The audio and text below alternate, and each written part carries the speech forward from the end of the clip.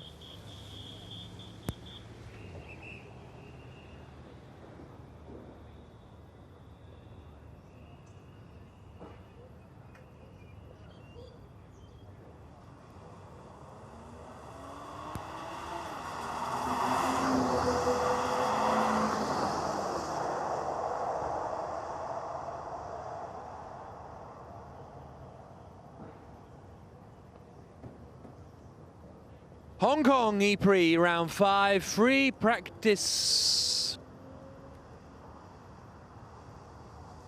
Hello, South. This is the open mic. This is Bob sitting in the middle. Yeah, good morning. Thank you. All right.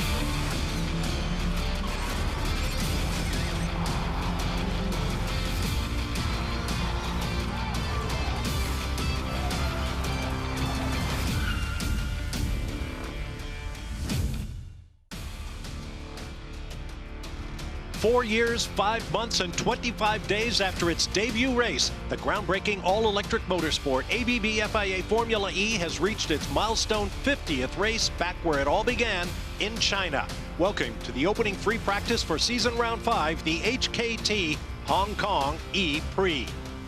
Hello everyone, I'm Bob Barsha, lead race commentator Jack Nichols, and 3-time Indy 500 champion Dario Franchitti are alongside, and there is the iconic skyline, Hong Kong in the foreground, Kowloon in the distance, an absolutely mesmerizing city. And this is a special edition of ABB FIA Formula E. We are racing on Sunday rather than the traditional Saturday. As you watch Pascal Wehrlein climbing into his Mahindra, all of the drivers taking care for obvious reasons. It is wet. Jack, you predicted yesterday during Shakedown we would not have our first ever wet Formula E race. How do you feel about that? Thanks for that. Throwing me under the bus straight away. At least I could do. I still think the race is going to be dry. And Dario Franchitti agrees as well. He told us the rain will stop and there's not going to be any more rain for the whole rest of the day now. I said that just before the big rainstorm, didn't I? So, looking at the radar, it's probably not going to rain. But which begs the question, do you head out just now when the track conditions are probably going to be different, and a lot different than they would be in the race? Or do you take the chance that, yeah, actually it might rain? Presumably, here, is there much benefit to not going out, if you see what I mean? You're still going to be learning things. It's, you know, everybody's got the same sets of tyres for the weekend. You're not really going to gain a huge amount by sitting in the garage, are you? Well, you might not crash. It's because it's going to be so slippery out there. There's Lucas de Grassi sitting in his car, coming off an incredible last-second victory over Pascal Wehrlein of Mahindra in the Mexico City E-PRIX. I'm sure you've seen the highlights. Absolutely awesome race. And you notice the 50th race decals on all of the cars here this weekend. Now let's talk about the racetrack. A little over a mile in length with 10 corners. There's a look at the attack zone activation area. Here's Dario with a closer look at the challenges the track represents.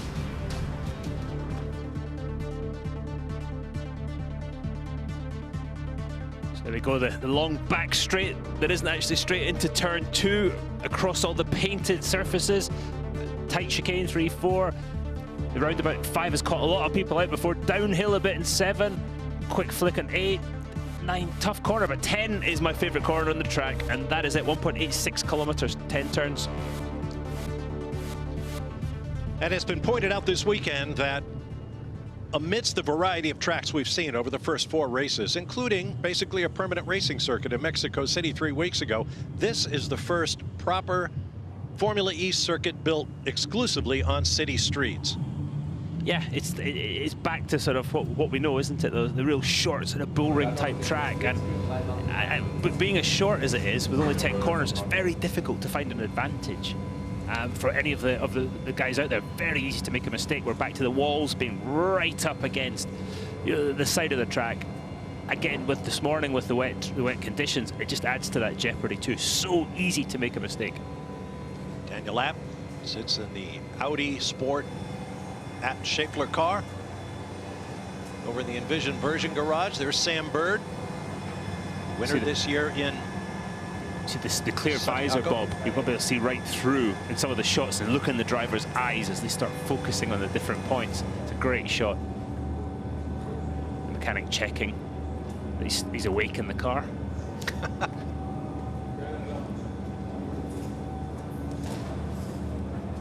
Just playing with the visor. He doesn't want any water to get inside, and then it starts to fog up. So he's really trying to make sure it's sealed off. Well, it's a good point, too, because it is very humid, as you might expect here in Hong Kong. Fogging of the visor is a real possibility. Rush hour at the front of the grid. Our first traffic jam. I don't think it'll be our last today.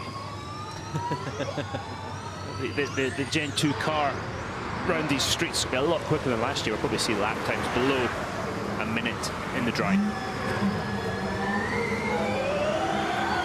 So that's the first corner, turn 1 at Tamar Park, and then they head back up towards the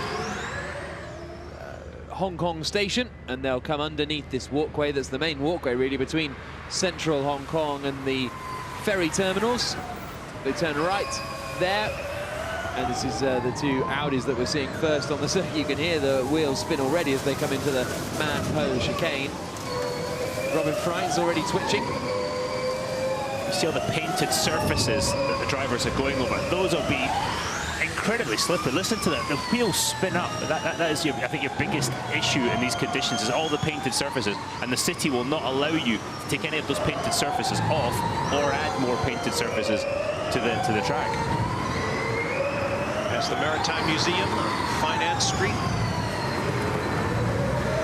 See the Mahindras going over to the driver's right. That's them checking the attack mode activation zone that will be so critical this afternoon.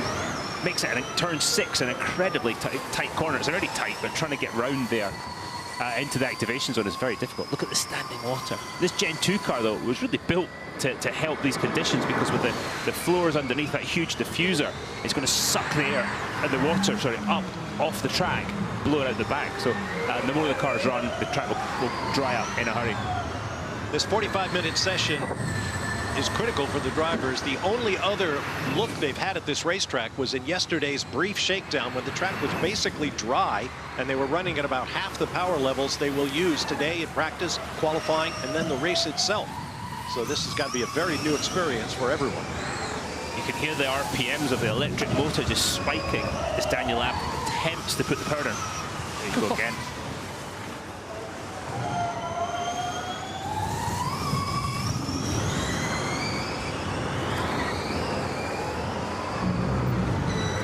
Towards the hairpin, little twitch for Abt. As he then doubles back on himself through this double left-hander. I haven't seen anybody lock up yet in the braking zone.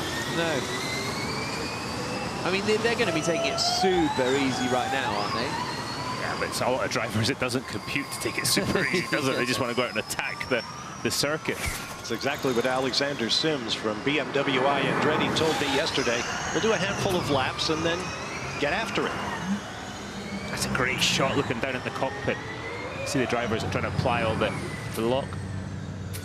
There's Alan McNish, team manager at Audi Sport Abt Schaeffler, and a busy man this coming week. He's headed off to Sebring, Florida, where he will be the Grand Marshal for a doubleheader weekend of World Endurance and WeatherTech sports car action in Classic Sebring.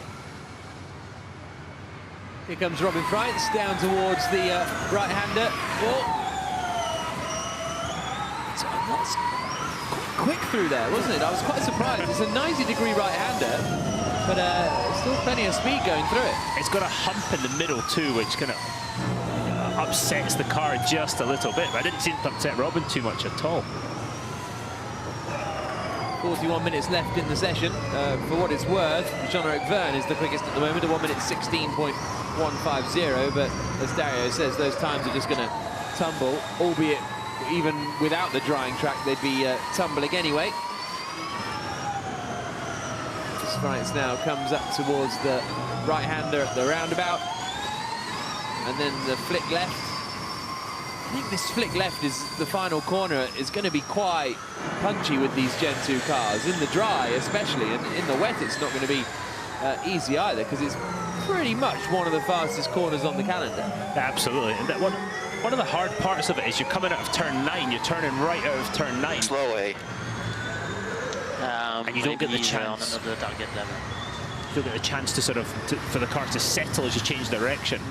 So the car's already unsettled as you turn in.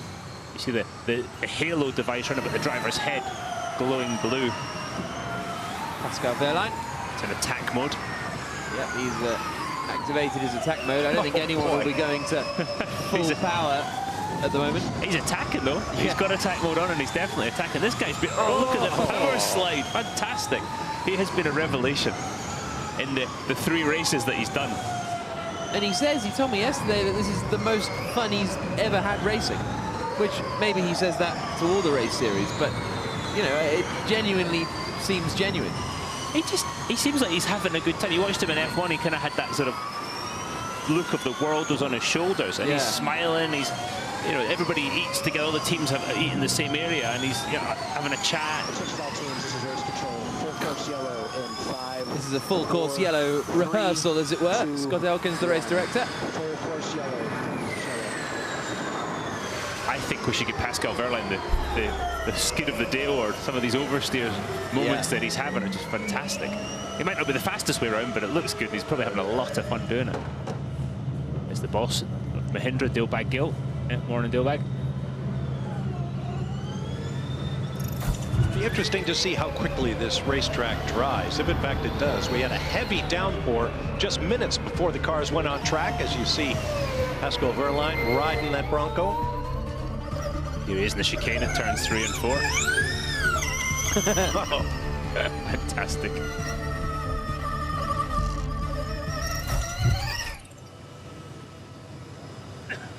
You're right, because there certainly is. We're not expecting sort of direct sunlight, are we? 5, 4, 3, 2, 1. Green flag, green flag. Race director Scott Elkins. If that was a race situation, that was one of the points. If you're slightly quicker in your actions, you can get a jump on the car in front of you. Temperature is about 16 degrees Celsius, about 63 Fahrenheit. No breeze to speak of.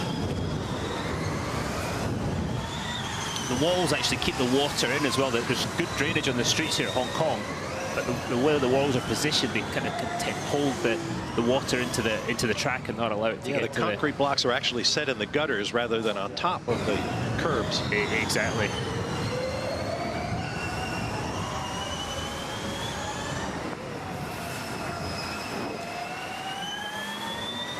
Oh, Sebastian Buemi was having such a good run in Mexico City, and the Nissan team miscalculated both his and Oliver Rowland's energy, and they ran out. That was, they said yesterday, Mike Carcamo at Nissan said they knew with 5 laps to go they were in trouble. Yeah, and they reckon they were 10 seconds away from having calculated it right. So those are the sort of fine margins that we're talking about. And once you get down to 5 laps to go, once you're less than 10 laps to go, it becomes very difficult to save a lap of energy. So that's why they couldn't really do anything about it and just kind of carried on going for it in the hope of some safety car or something that would slow the race down a little. You might be thinking, well, how can they miscalculate that? Well, they thought the leader's pace was going to be slower, so the leader was going to have to do 1 less lap because it's a timed race. It's 45 minutes plus a lap. The leader went a bit quicker, did that extra lap, and Nissan's day was ruined, wasn't it? Yeah, and other people made that same error in calculation. I mean, it's not even an error in calculation because you don't know. That's the point. It's not like they got it wrong exactly. They just their assumptions came up with the wrong answer. Yeah, right. But other teams realized with maybe 10 laps to go and were able to just about eke it out. Just look at the timesheet. Eduardo Mortara has done, well, nothing. Sitting slowest in the timesheet. Yeah, he's on an out lap now, so he basically was in the garage for the first 8 minutes of the session, going nowhere.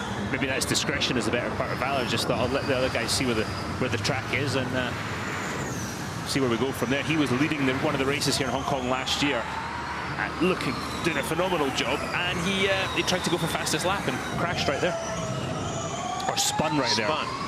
Yeah. Wound up in 2nd place on the podium and was absolutely irritated with himself. He was in tears. He was, I think irritated is a slight understatement. And never visited the top 10 again for the remainder of the season, Mortara. Did you see Lotterer used a slightly different line, used the outside in turn 5. And again there at the hairpin. Yeah, just getting off the rubber area of the track. It's but presumably there's no rubber down. There's no rubber down. Right? It's just searching for grip though, wherever he may find it.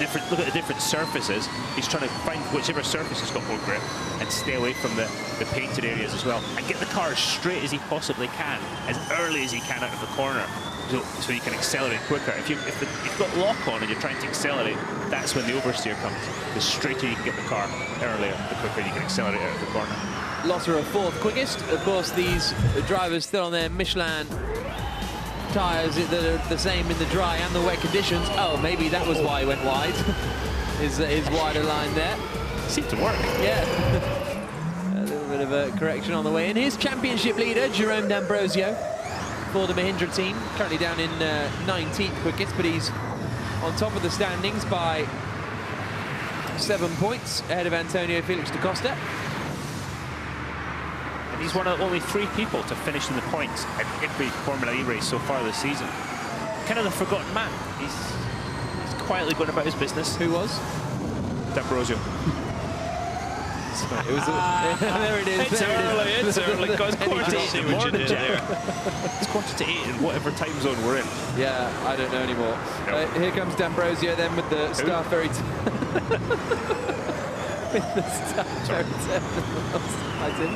But he does a fabulous job. He just gets on with it. And the Mahindra team are absolutely delighted with him. Yeah. You know, we all thought, oh, crikey, the Mahindra team have got 2 new drivers this season. That's going to be tough. And they haven't missed a beat leading the team's championship. And they've got to feel good about their future with D'Ambrosio, as you point out, just pounding out the points at every race, having already picked up a win this year. And you've got Verline, who's obviously a talent. The question is when he's going to break through and win. Absolutely. It's definitely when, isn't it, Bob? But they've done that well. They did it with Nick Heidfeld and Felix Rosenquist too. They had the elder statesman driver, yeah, the RPM spinning up there. But they have the elder driver who sort of keeps everything calm and leads the team, and then they've got the young hot shoe. New slimline Dilbag Gill. Good likeness. Yeah. It's a young lady who's been around distributing these caricatures. We each have one. Sarah Sahadin. Thank her. Yeah, thank you, sir. That's my 3rd. I think it's your 3rd as well. Yep. Actually, your first one is still in my house. Is it? Yeah, from season 1 or season 2, I think it was, in Malaysia, Putrajaya. So I'll get that to you at some point. Thanks. 32 minutes to go, and Andre Lotterer is quickest. 1 minute 11.9. But as Bob was alluding to earlier, it's not sort of drying up rapidly, is it? Still very much a wet circuit. As we look at Tom Dillman, the Frenchman for Neo. It's not a massive difference between the end of the first session, start of the second session. Just over an hour, really. So, as you said, there's not going to be much direct sunlight on the track. I think it should be, with no more rain, it should be driver qualified. Whoa, straight on. It goes right there. See if it spins round. Oh, well done. Yeah, got it spun round. Jose Maria Lopez for the Dragon team back on his way. And there's something to be said, if you can actually say it, for doing that. Go down the escape road, figure out how to spin the thing round as quickly as possible in case it happens in the race. Figure out what the best route in all these different escape roads are. That was certainly the excuse I used when I spent a lot of time down the escape roads in any practice session. It's Gary Paffett, double DTM champion. Still no points for the HWA team this year for Gary Paffett and Stoffel Van Dorn. They've had a difficult baptism, haven't they? Yeah, the only pointless team. Oh, that was a twitch for Paffett. The team that will become Mercedes. And Mercedes did a big launch video, didn't they, in the week with Toto Wolff, the boss of Mercedes-Benz Motorsport, which you can see online somewhere, I'm sure.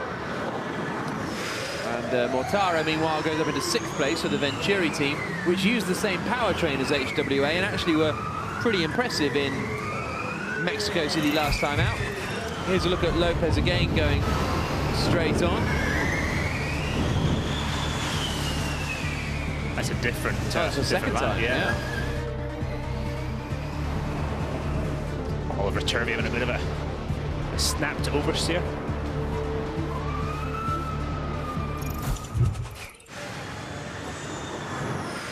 Hughes, Neo Formula E looking on. God, he looks very serious, doesn't he, this morning?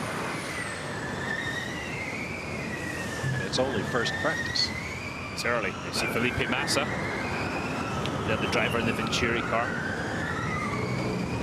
using a slightly different line. Is he trying to get to attack mode? No, not quite. Massa finished 8th, Mexico City. You feel that the Venturi team are just building that momentum, aren't they? We've seen Mortara have those 2 great results at 4th and the 3rd, as we see Massa on screen. So, yeah, they found some pace. They found a bit of direction with the whole team. No, it certainly looks like things are coming together for them. Felipe Massa goes 3rd quickest now, and he qualified 3rd in Mexico City before down, we are P3. sliding back a bit. Good improvement, sector 2. We need 1/10.5 sector 1. 1/10 Okay. sector 2. Yeah, I had a 2/10 mistake sector on the last corner. I went sideways on the last corner. 3. Okay, And Mortara, P3. his teammate, goes on at turn 2 at Hong Kong Station.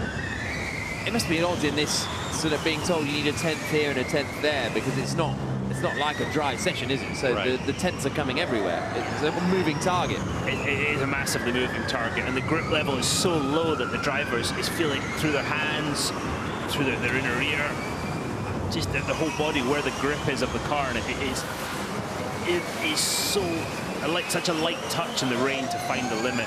And as you say, you can gain or lose a lot of time very quickly. So they're saying a 10th here and a 10th there. You can gain or lose more than that just by the way you approach a corner, certainly more than you would in the dry conditions. Well, you certainly have better odds predicting more rain than sunshine. We haven't seen the sun since we arrived here in Hong Kong several days ago. We haven't seen the top of most of the buildings, have we? That's true, too.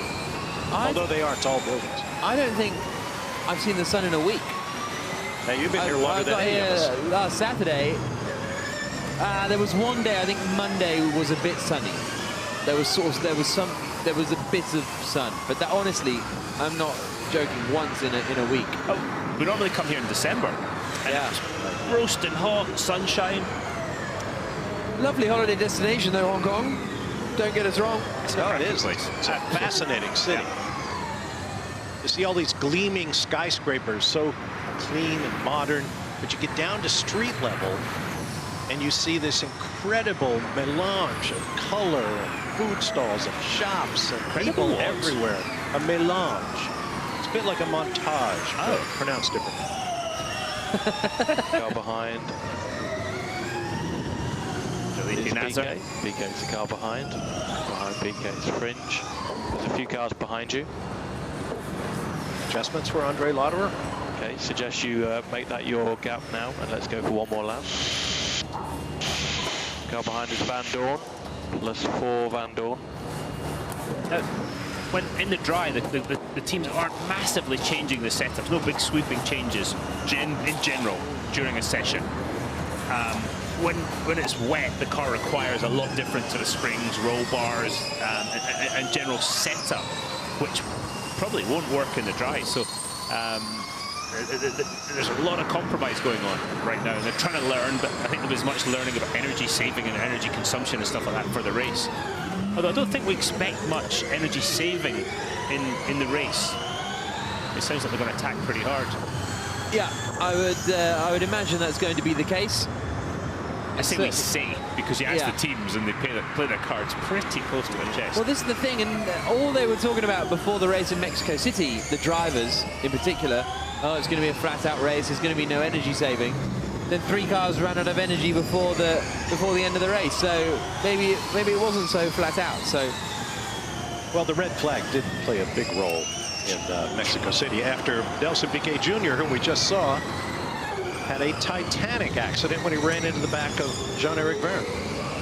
but in actuality, the red flag, it did have an effect on sort of the recalculation, but Right. not necessarily on the actual length of the race, because they restarted the clock from the exact time the red flag was out. So, you know, it was a little longer because they had to come back to the pits, and then they didn't come back to the pits and all that kind of thing. But in reality, it didn't affect it. And then you had 2 laps under the safety car anyway to sort of cancel that out. Which is why we all thought it would be flat out to the finish. Yeah. And it was, and some people suffered consequences. 2 more push laps for Nelson Piquet. James Barkley, Panasonic Jaguar Racing Team Director. Piquet, the rumours, you know, swirling that he's a man on not thin ice, but you know, He needs results. he needs results. He does, yeah, absolutely. He's had a tough start. Not all of it he's doing, but to be honest, he's only scored 1 point. But he does, the results have got to come. You see Sam Burr, look at the visor fogging up. And that visor will be double glazed, it'll have anti-fog properties in it. It still fogs up. That's what we're talking about at the top of the show. It's so humid.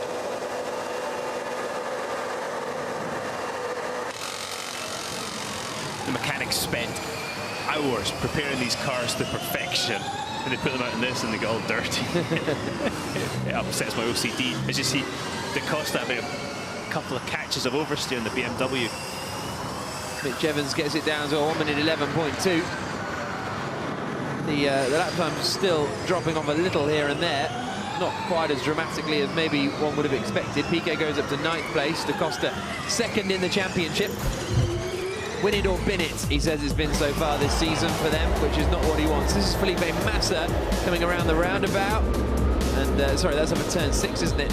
And a little bit of a slide for the Brazilian. And another one there. Well, that one was a bit more dramatic through the final corner. As we go back to the BMWs. Yeah, because Da Costa won the first race, then retired in the next 2, and then was second in Mexico City. So who could forget Marrakesh when these two BMW teammates crashed into each other and ruined the 1-2 finish.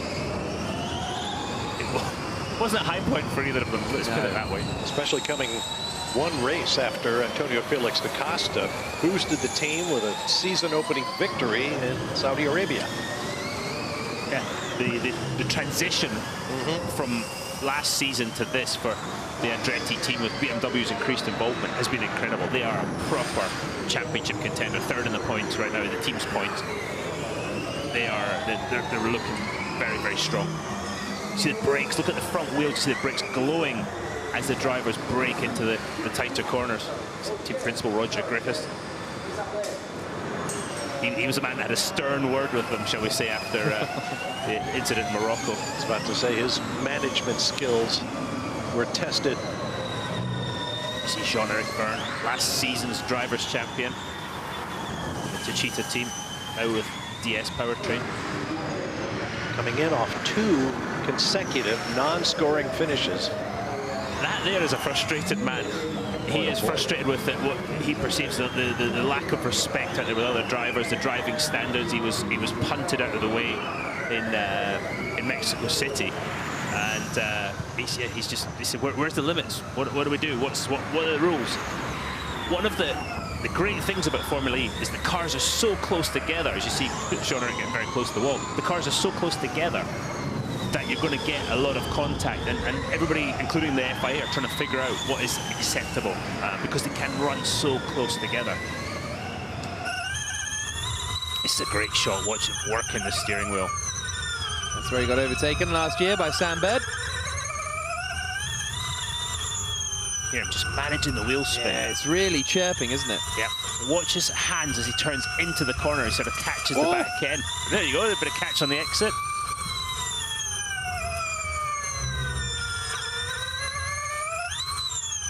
Another one coming out of 9 into 10 now, fighting the wheel. Last year he qualified pole here, but he crossed the finish line backwards, having spun at the exit of the last corner. Spectacular stuff. Listen to him locking the wheels, and he's gone down the escape road. So Vergne goes straight on down at Tamar Park and then turns around and heads back up again. Eduardo Mortara, P1 right now, 3/10 up the road from Mitch Evans. This track suits Mortara's style, no doubt. It's that kind of street fighter, bumpy track. Yeah, he really loves it here. Here's a look at the replay of Vergne. A selection of replays, one would imagine. Here's one twitch.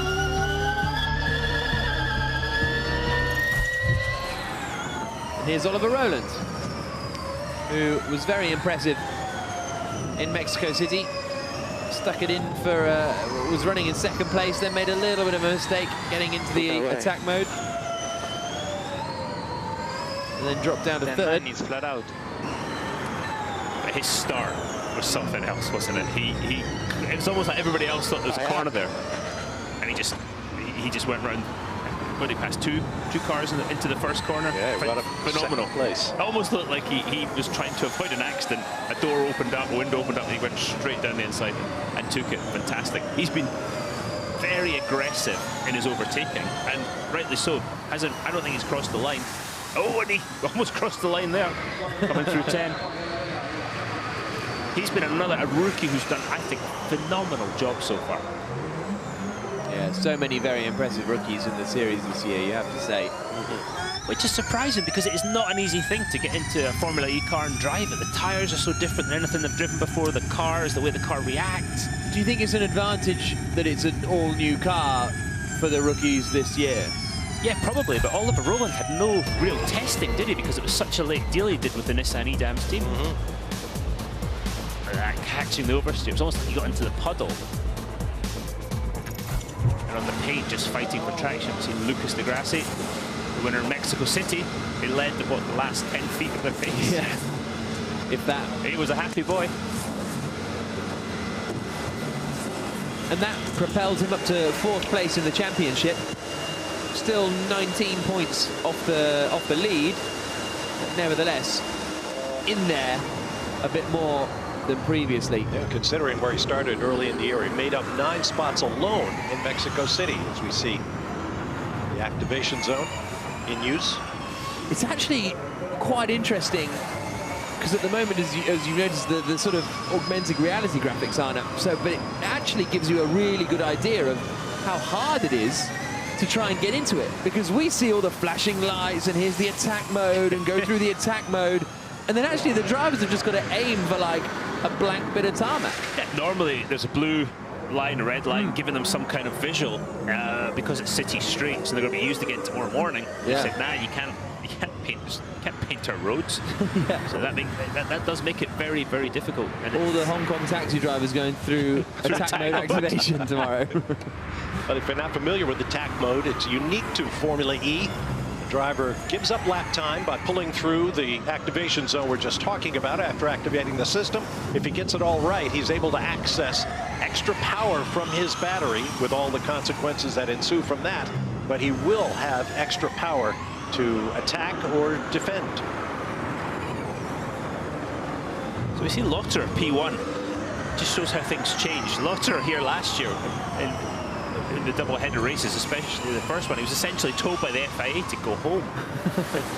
he went through the chicane so many times, he broke so many rules in the race that they, including after the race, that they just said, right, yeah, just go home. And then he came back in Santiago a couple of rounds later, and he was in contention to win races already. He just put his nose to the grindstone, got on with it, learned about Formula E, and you see the results. And Lotter, Jean-Eric Byrne as well, and the Techeetah team have been just phenomenal. And between Lotter's nose in the ground in Santiago was his teammate, which led to one of the most amazing finishes as Techeetah swept the table, the 1st and 2nd place finish, the first time in Formula E. When they hit each other at the end of the long back straight, that was incredible. Just look at Lopez's eyes as he focuses. Bounces over the curbs in turn 3 and 4. Sam Bird and the Envision Virgin car. 6, power 6. Oh, that was a bit of a moment. Did the engineer just sort of comment on the moment? Did he kind of go, oof, or was that just my imagination? Bird across the line, he was told to go into power 6 by Stephen Lane, his engineer. Last year, fast lap was sort of a 102, I think was the quickest lap we saw.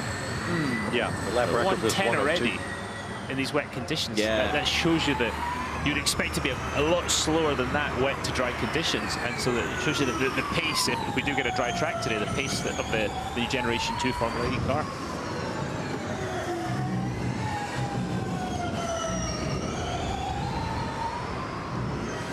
Emotion Formula E here, using the hashtag Hong Kong E-PRIX. We were talking about Jean-Eric Verne, you know, talking about poor driving standards and stuff. And the question is, how much of that is him just feeling frustrated with having to fight in the midfield? You know, how much is that is frustration because they're not getting the most out of the car, so you blame other things, or how much of it is a legitimate blame, that's why they are I think struggling? it's a legitimate gripe. I mean, in Mexico City, he was just punted off. Yeah. Maybe not on purpose, but it's not about the intent, is it? Yeah. He was just knocked off. And so, yeah, I think he's got I think that the FIA need to, they're a victim of their own success with Formula E. They need to sort of structure the rules, what is and isn't acceptable. You saw Lucas de Grassi kind of pushing Pascal Wehrlein wide in that last lap. Would he have done that had there been a wall there? Yeah. So everybody's asking these questions. What isn't acceptable? And it's not an easy job for Scott Elkins and the FIA guys. Antonio Felix da Costa said that Wehrlein's penalty was harsh. 5-second time penalty. Would you? He was pushed off. Yeah. So I'm not sure what he was supposed to do. I'm kind of. I agree. I wouldn't have stopped. No, exactly. It turns out he did better. Had he stopped, he'd have been 15th or something. For something that he didn't actually do. Yeah. He gets pushed off. So I'd have kept my foot in too. Yeah. I'm not sure he would have had the energy to accelerate back up to full racing speed either. Yeah. Because he was so close on energy. Well, it was the critical point whether or not he gained a competitive advantage by carrying on. He held on to the lead, but had he been passed at the moment he went off? And then, because my belief sort of argument is, well, at the end of the race, de Grassi won anyway. So just let it go. Yeah. But then he's not second. He gets the penalty and he's 6th. Exactly. So that's if he'd won the race with that move, right? Then you've got that's a tricky one. But yeah. He didn't actually win. De Grassi got past. So you know, leave it as it is would be my. But then you get into the whole discussion that goes round and round of, well, should the consequences of the incident matter, or should it just be the incident itself and all of that kind of stuff? It's almost like there's two separate things going on. They've got to look at, okay, what is it with Lucas sort of pushing him wide? Yeah. What is and isn't acceptable? Had there been a wall there, would Pascal have backed out of it? Yeah. Right. There's a lot of food for thought, and it's, you've really got to sit down, I think, and have a discussion with the drivers about it. Come to some sort of consensus of what we could do. Again, it's a great thing to have happen, and the reason we're talking about it is because these cars can race so closely together. It's phenomenal. Look at Lucas de Grassi fighting. Look what Lucas does with his head. He almost turns his head to the opposite direction you would. He looks through the corner from the opposite direction. I would actually turn my head into the corner. Lucas, a lot of the time, will look and try and sort of get a view through round the wall almost. That'll be the limit then. There you go, see his head going to the outside. And something I think Jean Alesi used to do in a Formula One car, tip his head, almost as though he would lean his head. He would lean it into the corner, whereas Lucas leans it out. Whereas Yuko Katayama would just shake it around. Yeah, just cut in the slips. There's a lot of buffeting in the cars, especially at higher speed. You see some of these appendages on the helmets to kind of hold the helmet down and stop it buffeting. I think that's the first time in 5 years we've mentioned Yuko Katayama in a Formula 3 commentary. But there we go. Maybe not the last. I guarantee it. As Stoffel Van Dorn, the former Japanese Formula 1 driver from the mid-90s, Yuko Katayama, that is, not Stoffel Van Dorn. But he comes around the final corner and across the line. 6th place at the moment.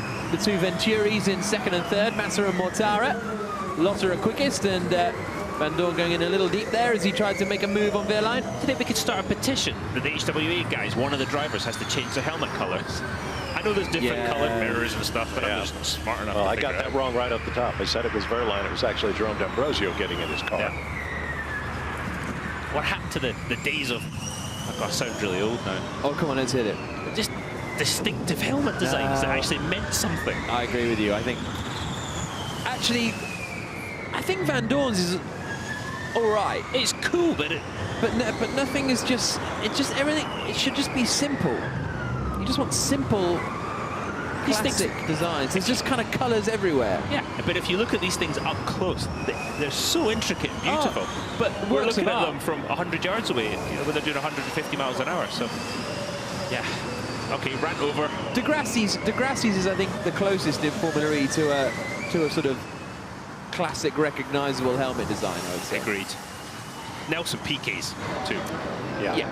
Nelson's is but pretty that's big because it is the same as that. Yeah, and it is sort of 80s inspired design. There it is. We love your helmet, Nelson. He's not listening. No. He's just been told. He's 17th quickest right now. He's got more on his mind. Yeah. 21st and 22nd for the Neo drivers. Yeah. Tom Dillman, Oliver Turvey. We have seen that traditionally, that they have not really done many push laps in the early stages, but still to be 3 seconds adrift is quite strong. What he's doing there is adjusting the right height. You saw the mechanic with the spanner to that area on the wishbone. or beside the wishbone on the push rod, they're adjusting the ride height of the car. So whether they're lowering it because there's less standing water, then because if there's too much standing water, the two things happen. If the water's deeper than the tyre tread, you get aquaplaning. If the water's deeper than the gap between the road and the car, it turns into canoe. That's not good. But as you see, the standing water goes away, you can lower the car again, get the centre of gravity down, and get it back into its more of its dry settings. Here is Oliver Turvey, 22nd at the moment, as he comes through Tamar Park. Well, off the pace too, 3.1 seconds off of Andre Lotterer. This is a man who knows how to drive in the rain. He grew up racing in the UK. He's done a lot of rain driving, very good at it. So who knows what their plan is. Sat in the pits for a long time too, so maybe they've got bigger problems there. Or perhaps they've decided to just wait. As DaCosta's, for a moment there, looked as though he was on full beans, which would be quite ambitious in... and exciting. Yeah, in a sort of damp first free practice session.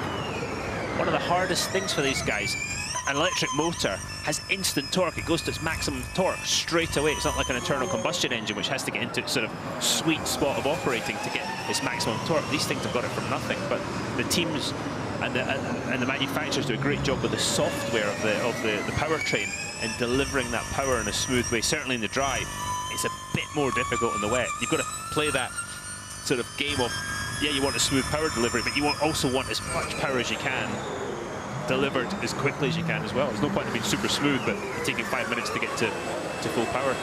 You see Felipe Massa in the garage. Tom Dillman just jumped up to 14th, so maybe they found something in Neo. New tyres going on Massa's car. They get 2 sets of Michelin tyres. You see a yellow flag, it looks like, in turn 1. Each car gets 2 sets of new tyres for an E-PRIX for a day. They're going to choose when they run those. Yeah, DaCosta does look like he's at 250. Or he did the set and then it's gone back to 200. Yeah, he might have just done a lap on 250 potentially. Unless he's trying to get the settings right for qualifying and just sort of... Yeah.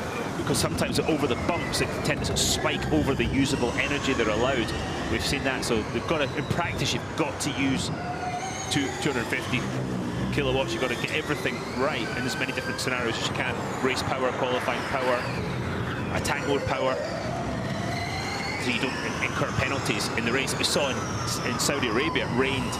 Go figure, it rained in the desert, and so practice was really cancelled. So we saw so many penalties for overuse of power in different situations because the teams and drivers had not had a chance to practice. Mortara looking at full power as well. You can see when it flashes up magenta on the tower on the left-hand side, that's when they are running at full power. So it'll come on and off and on because it's basically whenever they're full throttle is when it'll flash magenta. Here is DaCosta. And Mortara's on the fastest first sector of anyone. I'm very surprised you'd run full power in this session. Is that, am I surprised? Are you surprised that I'm surprised? As I said, I think they're going to be sort of trying it. So when they go down the straight over some of these bumps, yeah. When the wheels come off the ground, that's when you get the power spikes. So they're probably, you see a yellow flag.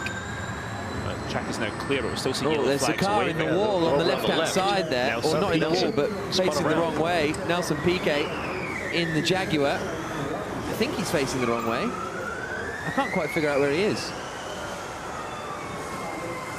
Ah, it's turn 1. It's at Tamar Park.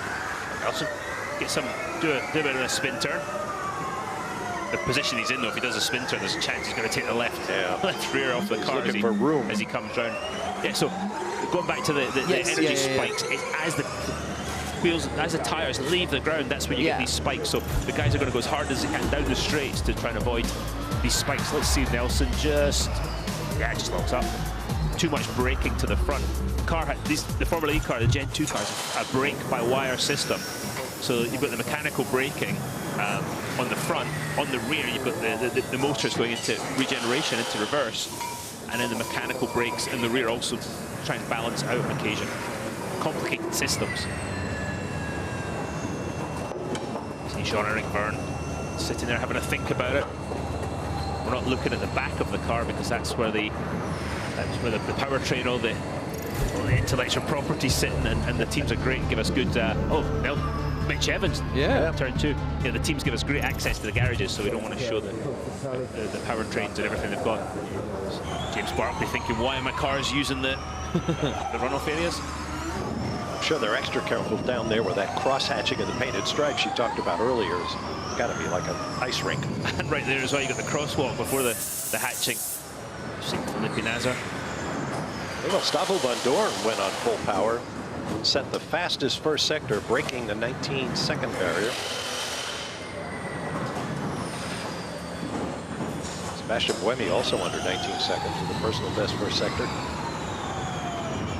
Lotterer quickest though with a 1 minute 9.992, which I don't think was set at full power at the moment. Here comes Mitch Evans then, see whether he approaches turn 1 a little better this time around. Sorry, it was 2 that Evans went off, wasn't it? Here he comes through the final corner, and he actually didn't Jaguar reckon he set the fastest time in qualifying last year, but missed the checkered flag, so it didn't count. Yes, exactly right. He crossed, the checkered flag was out already as he crossed the finish line. He's trying to get a gap to the car in front, and they slightly miscalculated it. Before he started the lap. Mitchell was not a happy boy. Oh, what's happened? Someone crunching in there. I think he hit the wall. Hit the wall on the way in. Yeah. Not sure who that was. Was it Bird? Bird up ahead of him. Didn't sound good. No, that was... Mitch Evans bouncing over the chicane. And there was debris flying everywhere, wasn't there? So, yeah, must have been Bird. Anyway, Evans carrying on his way. Gary Paffett, P2. See Mitch Evans through turn 6. That's a good lap from Gary Paffett. Yeah, it really Stoffel is. Van Dorn in 4. The go time for the HWA guys here in the waning minutes of the session. Another 30-minute practice coming up at 10 a.m. local time. We'll qualify just before noon and race at about 4 p.m. Be sure to join us. Evans out across the line, and he moves up into 12th position. You see some debris on the track. It looks like a couple of people have rubbed up against the wall and taken some of the signage down. So let's see what happened here. He's fighting it on the brakes. Oh! Yeah, that's... Wow! Yeah. That started very early. Sylvain Philippe, team principal, the Vision Virgin Racing. They've got to be happy. They've done a great job, and they're not a manufacturer. They're a customer team. And Robin Freitz just went quickest, and oh! Antonio Felix da Costa. That's too close. This is one of the issues of the Gen 2 car with his all-enveloping bodywork. It's very difficult, as low as the driver sits. Look how low the driver's eyes are compared to the front wheels and the bodywork around the front wheels. It's so difficult to see where the limit is. Oh, Robin French caught the inside in turn 5, is that? I think that's the roundabout, isn't it? Up at 9. It's 9, yeah. Wow. It didn't even look like he was on a push lap that time. No. But as you go into that, there's a certain point you get into, and your vision is cut out by the front bodywork, and you see what happens. But Sam Bird, I would say there's damage. Yeah.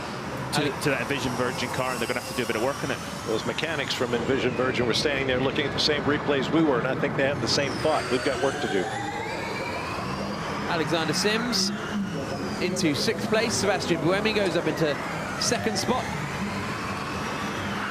Freitz 3rd, Roland 4th, Paffett 5th. Still Turvey down there in 22nd place.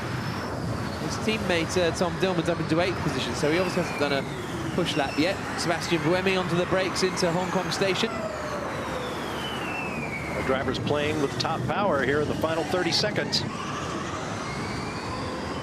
I wonder if at the end of the session, traditionally, when normally practice starts, the guys go back around to the start-finish line. Will we see everybody practice starts? Probably, because just in case it does rain today, you got to have all the information you can.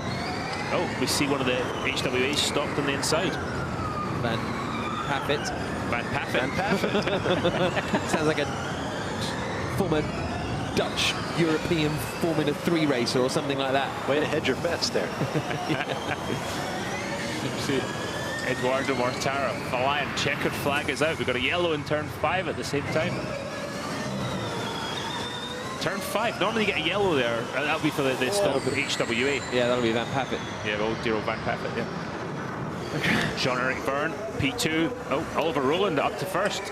Wow, Oliver Rowland. Then in the closing stages, a 1:09.283, 3/10 of a second quicker than anyone else in that Nissan. That best lap by 4/10, best sector 1, best sector 2, scenario 2, and we go for practice start.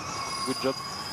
Well, they will practice. At least Roland will practice start. I would practice a start, just to get its information, in case it does rain, in case my forecast is incorrect.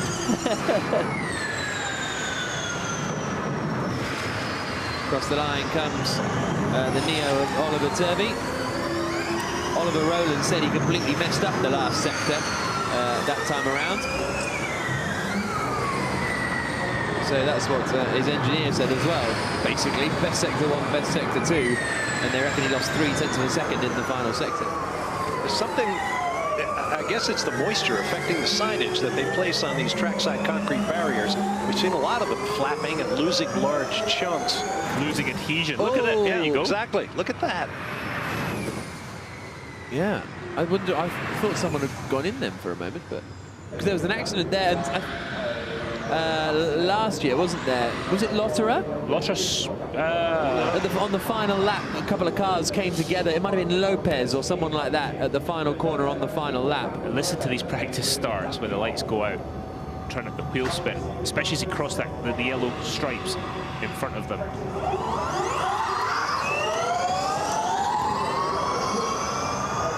Better start for Bird there than Mitch Evans. They're not only practicing to start, and this Nissan's on its own start grid. That's not actually a start position. Well, this will make pole even more important. You saw that the pole sitter's starting position is clear of that crosswalk. Very important. Yeah, they're not only practicing their start, they're practicing where's the braking into turn 1 just in case. That only counts the front row because everybody else, they're dealing with what people in front of them do.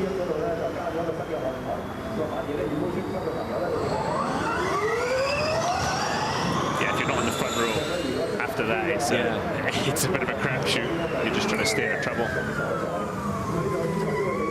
The Envision Virgin Racing team think it's just bodywork damage for Sam Bird. But we'll see when they get back to the garage whether there's anything more serious that's gone on. It's a full field practicing starts. Yeah. Don't often see this. I guess it's a short circuit, isn't it? So they come around very quickly, so they're all queued up in our second traffic jam of the day.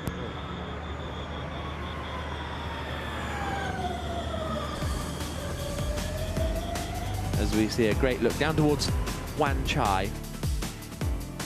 How about that look at the iconic skyline of Hong Kong? Here's a look at the results of this opening 45 minutes of practice for the HKT Hong Kong E-Prix. Oliver Rowland puts Nissan E-Dums at the top of the chart over Andre Lotterer for Techeetah. His teammate Jean-Eric Byrne, late on full power, gets up to 3rd place. Then Sebastian Buemi in the other Nissan, followed by Daniel Lapp, Robin Freintz, Jose Maria Lopez, Gary Paffett, Alexander Sims, Eduardo Mortara. Interesting lineup there. Stoffel Van Dorn in the second HWA comes home 11th, followed by Sam Bird, Tom Dillman, Pascal Wehrlein in 20th. Championship leader Jerome D'Ambrosio, his Mahindra teammate, 21st, and Oliver Turvey, never quite able to get out of the basement there, 22nd. I'm told there were over 350 buildings of more than 40 stories, the biggest concentration of skyscrapers of any city on the planet. It's a view from up around Victoria Peak, down on Victoria Harbor. Just a fabulous place to visit. Still gray skies overhead, but the rain has stopped for the moment. Pretty much a flip of the coin as to whether or not we're going to see any more today, but whatever happens, we will race. And you see the damage to the left front fender, Sam Bird's car. Forgot to the suspension. Difficult. The suspension on the left-hand side there looks reasonable. with that kind of incident be a small kink. Has it got the wheel rim? It looks like it's got the wheel rim, Okay. but it's just, yeah, it would just bow a little bit. They'll probably change it just to be safe. So the drivers jump out of their car and go and have a little chat with the engineers. Pascal Verlaine staying in his car. Well, while the mechanics go to work, let's check the highlights of the session with Jack. So the first free practice session in a damp Hong Kong got underway as Jean-Eric Verne got ready to head out onto the circuit, looking to have a stronger weekend than he has managed so far this season. Drying the boots of Eduardo Mortara as everybody flooded out onto track. Sam Bird tearing off a tear-off. You can see how much water there was on the circuit in the opening stages. That was Daniel Act going straight on at the chicane. Dilbag Gill with some of Sarah's art. But really, the onboards were giving some spectacular footage. You can see all the water moving around on Robin Freitz's car. Not much visibility for Felipe Massa as the Brazilian slid around. Oh, look at that with the brake discs glowing. That was awesome. Jean-Eric Verne, where he spun in qualifying last year, was a little bit lively. His teammate Andre Lotterer did a good job, finished in second place, just in front of Verne. The German who struggled here last year, looking a little bit stronger this time around. Robin Freitz brushed the wall for his Envision Virgin racing car, but it was Oliver Rowland who at the death ended up quickest, a 1:09.283 for the British driver. And with that, the opening 45 minutes of practice are now complete. And the drivers, their engineers, crewmen will go to work, try to improve for the 30-minute session to follow in about an hour and 40 minutes. Then we will qualify and race here, the 50th race in the history of ABB Formula E. Join us for free practice too. Until then, so long from Hong Kong.